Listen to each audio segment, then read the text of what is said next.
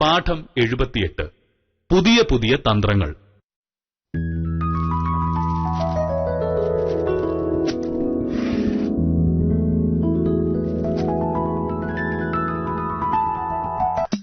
Your honour, Shalini എന്ന 24-കാരിയായ യുവതി കൊല്ലപ്പെട്ടിട്ട് 4 മാസങ്ങൾ കഴിഞ്ഞിട്ടും ലോക്കൽ പോലീസിന്റെ അന്വേഷണം എങ്ങും എത്തിയിട്ടില്ല.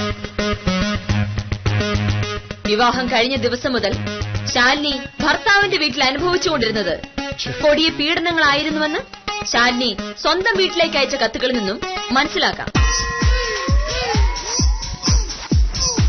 സാഹചര്യ തെളിവുകളെല്ലാം ശാലിനിയുടെ ഭർത്താവ് സുകുമാരനെതിരായിട്ടും അയാളെ കസ്റ്റഡിയിലെടുക്കാനോ ചോദ്യം ചെയ്യാനോ ലോക്കൽ പോലീസ് തയ്യാറായിട്ടില്ല. നീ ഇങ്ങനെ തുള്ളതുന്ന എനിക്ക് എന്റെ ജോലി ചെയ്യണ്ടേ? ഞാൻ എന്റെ ജോലിയാ ചെയ്തത്. ഇന്ന് കോടതിയിൽ ശാലിനിയുടെ അച്ഛനു വേണ്ടി ഹാജരാകുന്നത് ഞാനാ. ശരിയായ റിഹേഴ്സൽ ഇല്ലെങ്കിൽ സംഗതി ചളവാകും. ആ ജഡ്ജിയെ ചൂടണം. റിഹേഴ്സൽ നടത്താതെ നാടകോ? മുനിസിപ്പൽ സ്റ്റേഡിയത്തിന് അക്വയർ ചെയ്ത ഭൂമിയുടെ റിപ്പോർട്ട് ഇന്ന് 10 മണിക്ക് തന്നെ താലൂക്ക് ഓഫീസിൽ എത്തിക്കേണ്ടതാണ് എനിക്ക്. നീ ഇങ്ങനെ ബഹളം വെച്ച് എനിക്ക് ഇങ്ങനെ എഴുതാൻ പറ്റും എന്ന് പറഞ്ഞ എനിക്ക് കേസ് പഠിക്കണ്ടേ? കേസും കോടതി എന്നൊക്കെ പറഞ്ഞാൽ വില്ലേജ് ഓഫീസ് പോലെ അല്ല. എന്താണ് വില്ലേജ് ഓഫീസിനെ തൊട്ട് വിളിക്കരുത്. യുവർ ഓണർ,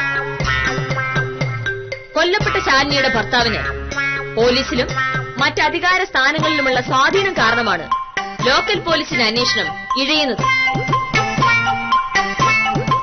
ഇത്തരം ക്രൂരന്മാരും തെമ്മാടികളുമായ ഭർത്താക്കന്മാരാൽ കഷ്ടപ്പെടുന്ന പാപം പെണ്ണുങ്ങൾക്ക് ഇവിടെ സമാധാനത്തോടെ ജീവിക്കണമെങ്കിൽ കുറ്റവാളികൾ ശിക്ഷിക്കപ്പെടണം.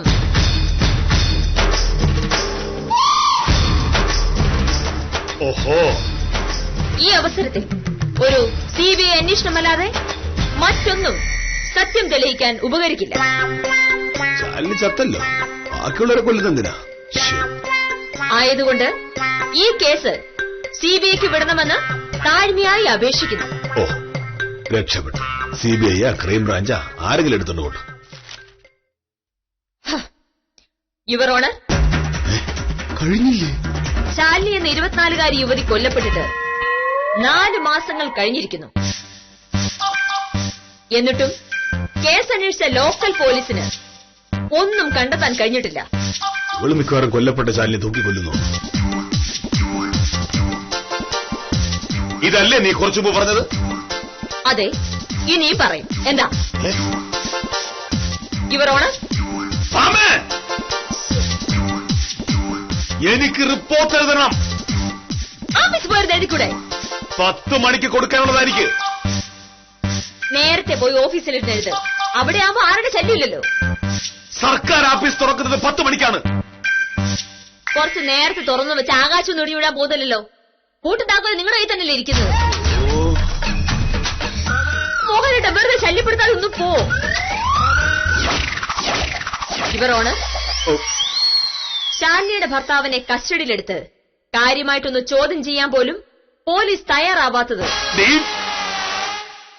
പോലീസിൽ അയാൾക്കുള്ള സ്വാധീനം കാരണമാണെന്ന് ന്യായമായും സംശയിക്കാം. ആയതിനാൽ ശാലിനി കൊലക്കേസിന്റെ അന്വേഷണം CBIക്ക് വിടണമെന്ന് താഴ്മയായി അപേക്ഷിക്കുന്നു. ഈ കേസ് നിന്ന് തോറ്റ് പണ്ടാരാണ്.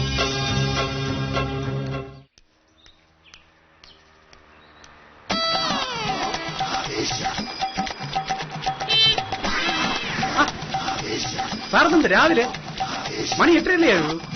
വീട്ടിലിരിക്കാൻ സമ്മതിക്കണ്ടേ? ആര് വക്കീല? പിന്നല്ലാതെ. അപ്പൊ സാറിന്റെ വക്കീൽ വീട്ടിൽ നിറക്കി വിട്ടാണ്. അതല്ല ഉത്തമ. പിന്നെ മുനിസിപ്പൽ സ്റ്റേഡിയത്തിനായി സർക്കാർ ഏറ്റെടുത്ത ഭൂമിക്ക് വേണ്ടി തഹസീൽദാർ റിപ്പോർട്ട് ചോദിച്ചിട്ടുണ്ട്. ആഫീസിൽ 1000 തിരക്കാണല്ലോ, ചെയ്തു തീർക്കാൻ നേരം കിട്ടിയില്ല.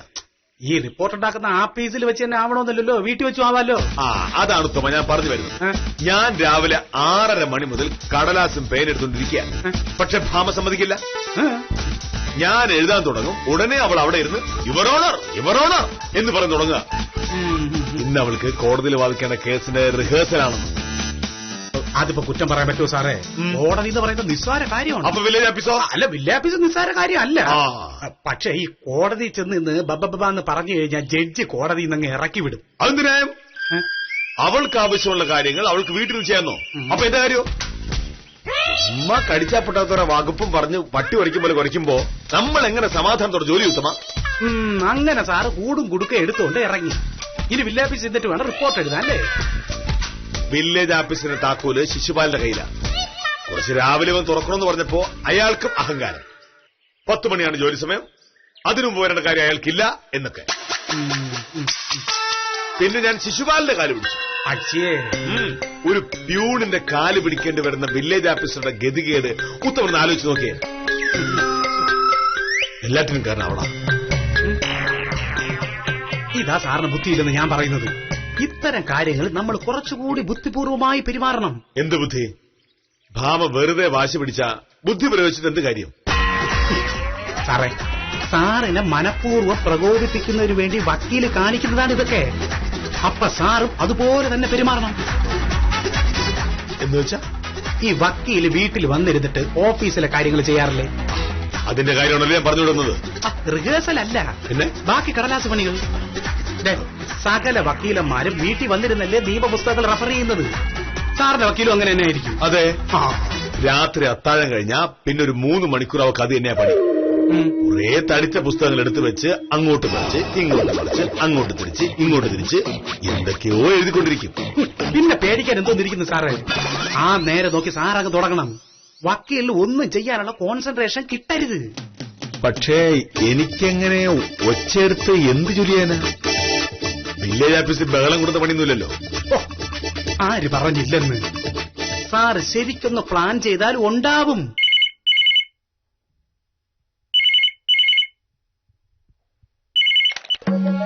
ഹലോ, ഇനി പറഞ്ഞിട്ട് എന്താ കാര്യം? ഞാൻ അപ്പോഴേ പറഞ്ഞതല്ലേ ഇത് പ്രശ്നമാവുന്ന. അപ്പൊ സാറ് പറഞ്ഞു CBI അന്വേഷണം ആവശ്യപ്പെട്ടാലേ കാര്യമുള്ളൂ എന്ന്. ഇനിയിപ്പോ ഒക്കെ ഒന്നും തുടങ്ങണം. ശരി, ഞാൻ ആ കേസ് ശരിക്കും ഒന്നുകൂടി പഠിക്കട്ടെ.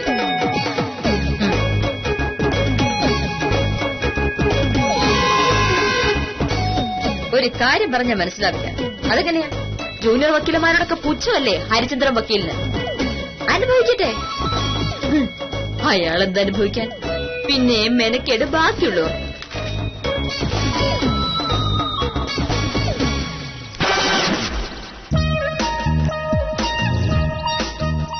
ഓഹോ, വക്കീൽ നേരത്തെ വന്നല്ലോ. ഇന്ന് നിന്നെ ശരിയാക്കി തരാൻ വേണ്ടി വക്കീലെ.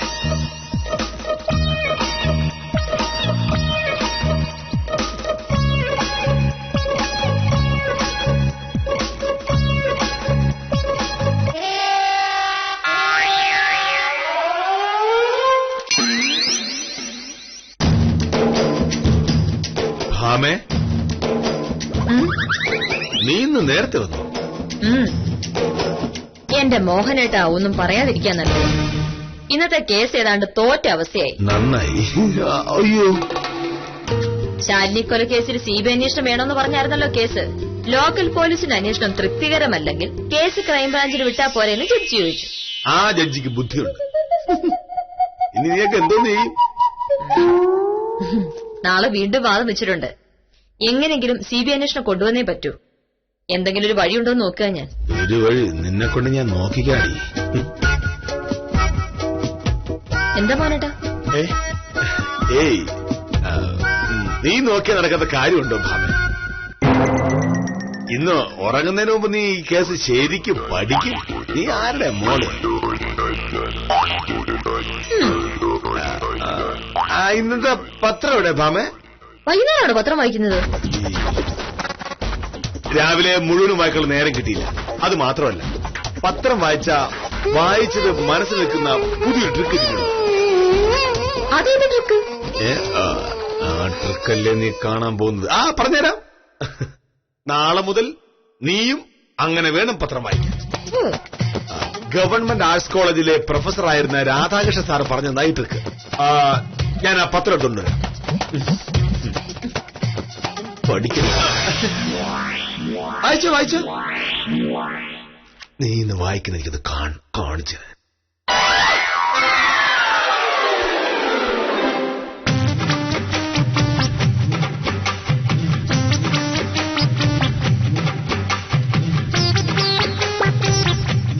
ശരി തന്നെയല്ലോ.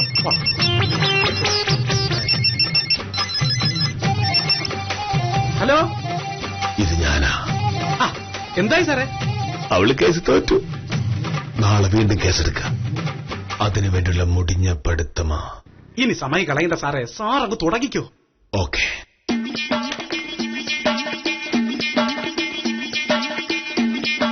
അവളുടെ ഒടുക്കത്ത് പഠിത്തം ഞാൻ തീർത്തു കൊടുക്കും. മോഹനേഷിന്റെ തക്കാളി. ഇതിലിപ്പോ ഏത് പത്രം വേണ്ടത്? ഇന്നത്തെ പത്രമാണ് നിർബന്ധമില്ലല്ലോ.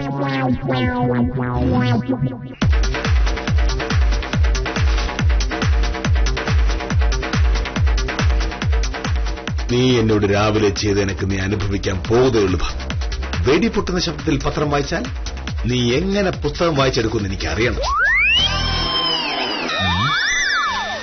ഇത് മതി. ഒരു റിഹേഴ്സൽ വേണോ? അതിന്റെ കാര്യമൊന്നുമില്ല.